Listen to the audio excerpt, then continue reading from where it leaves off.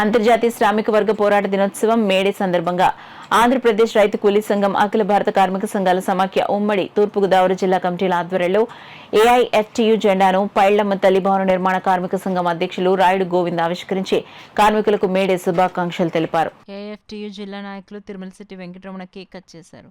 ఈ సందర్భంగా ఏపీఆర్సీఎస్ జిల్లా అధ్యక్షులు వల్లూరు రాజబాబు ముఖ్య అతిథిగా పాల్గొని మాట్లాడారు. శ్రమజీవుల అండ ఎర్ర జెండాని ఉద్ఘాటించారు. కార్యక్రమంలో నారాయణమూర్తి, గుడాల చార్లెస్, ప్రగతిశీల మహిళా సంఘం నాయకురాలు రెడ్డి దుర్గాదేవి, ఏఐఎఫ్టీయూ నాయకులు పోమరాజు, శ్రీను ప్రభాకర్, మగ్దం తదితరులు పాల్గొన్నారు.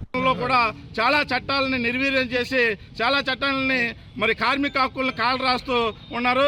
అలాగే 4 లేబర్ కోడ్లను తీసుకొచ్చి 44 కార్మిక చట్టాలను రద్దు చేసి 4 లేబర్ కోడ్లను తీసుకొచ్చి మరి కార్మికుల్ని నయా బానిసలుగా చేస్తూ ఉన్నారు.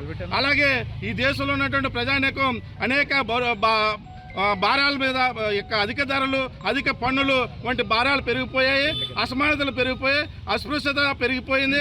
అలాగే మహిళల మీద దాడులు, అలాగే ముస్లింల మీద దాడులు, అలాగే దళితుల మీద దాడులు విపరీతంగా పెరిగిపోతూ ఉన్నాయి. ఇక్కడ ప్రధానంగా ఏంటంటే మతోన్మాదం పెరిగిపోతూ ఉంది. ఈ మతం పేరుతో ఈ దేశంలో ఉన్నటువంటి సర్వ సంపదనంతటిని కూడా కార్పొరేట్ శక్తులు దోచిపెడతా ఉన్నారు. ప్రైవేట్ సంస్థలన్నీ కూడా మరి ప్రభుత్వ సంస్థలన్నీ కూడా ప్రైవేట్ పరం చేస్తూ ఉన్నారు. అందులో భాగంగానే మరి ఇక ఆదివాసుల మీద దాడులు చేస్తూ ఉన్నారు, అలా మావోయిస్టుల మీద దాడులు చేస్తూ ఉన్నారు. ఈ అడవి సంపదను కేవలం ఈ అడవి సంపదను అంతా కూడా కార్పొరేట్ శక్తులకు అప్పచెప్పడానికే, ఆదివాసీలను బయటికి గెంటడానికే ఈ యొక్క బేభత్సకరమైనటువంటి పరిస్థితులు తీసుకొస్తా ఉన్నారు. తక్షణమే ఆపరేషన్ కాగారు నిలిపివేయాలి, అడవులను కాపాడాలి, ఆదివాసులను రక్షించాలి.